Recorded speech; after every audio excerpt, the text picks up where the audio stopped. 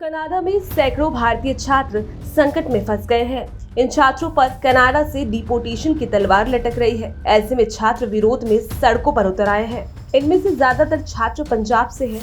वहीं छात्रों का कहना है कि कनाडा के अधिकारियों ने उन पर कनाडा के विश्वविद्यालयों के लिए फर्जी प्रवेश पत्रों के आधार पर वीजा प्राप्त करने का आरोप लगाया है। बता दें कि Canada border services agency CBSE ने हाल ही में करीब 700 भारतीय छात्रों को डिपोटेशन पत्र जारी किया है। पत्र तब जारी किए गए जब CBSE ने पाया कि छात्रों के प्रवेश प्रस्ताव पत्र फर्जी हैं। वहीं विरोध करने वाले छात्रों का दावा है कि साल 2018 में वे कनाडा पहुंचे थे, लेकिन फर्जी पत्र अब सामने आया है कुल 5 साल बाद। जब उन्होंने स्थायी निवास के लिए आवेदन किया तब ये फर्जी पत्र सामने आए। वहीं एक प्रदर्शनकारी छात्र चमनदीप सिंह ने बताया कि जब हम कनाडा पहुंचे तो हमारे एजेंट ने हमें बताया कि जिन कॉलेजों के लिए हमें प्रवेश पत्र प्राप्त हुए थे उनमें सीटें भरी हुई थी। उन्होंने हमें बताया कि विश्वविद्यालयों में ओवर बुकिंग हो रही है, इसलिए वह हमें दूसरे कॉलेजों में स्थानांतरित कर सकते हैं।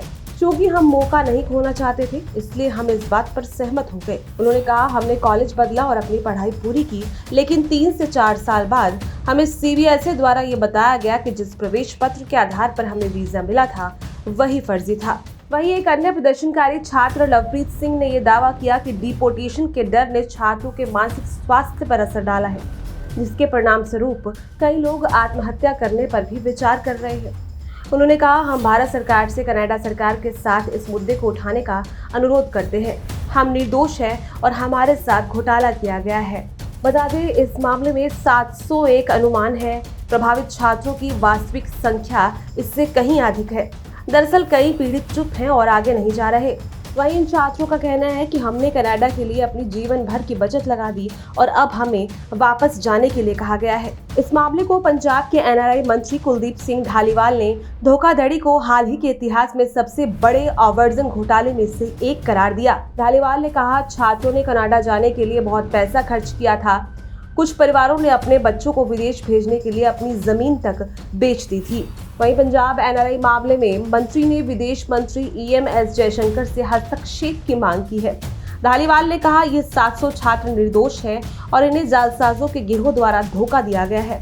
एस जयशंकर से इस मामले को बताते हुए उन्होंने कहा कि मैं बहुत आभारी रहूंगा यदि आप फिर से इस मामले को व्यक्तिगत रूप से देखेंगे और मामले को कनाडा के उच्चायोग और कनाडा सरकार सहित संबंधित एजेंसियों के साथ उठाएंगे, ताकि इन छात्रों को निर्वासित होने से बचाया जा सके। वहीं अब ये मुद्दा कनाडा के संसद तक पहुंच गया है, जहां न्यू डेमोक्रेटिक पार्टी NDP के नेता जगमीत सिंह ने प्रधानमंत्री जस्टिन ट्रूडो से पूछा कि क्या वह इन छात्रों के डिपोटेशन को रोक लगाएंगे। प्रधानमंत्री ट्रूडो ने जवाब में कहा कि हमारा ध्यान दोषियों की पहचान करने पर है, न कि पीड़ितों को दंडित करने पर। हम अंतर्राष्ट्रीय छात्रों द्वारा हमारे देश में लाए जाने वाले अपार योगदान को पहचानते हैं। वहीं पंजाब सरकार भी इस मामले में हस्तक्षेप के लिए केंद्र के पास पहुंची है। ब्यूरो रिपोर्ट, अखबार।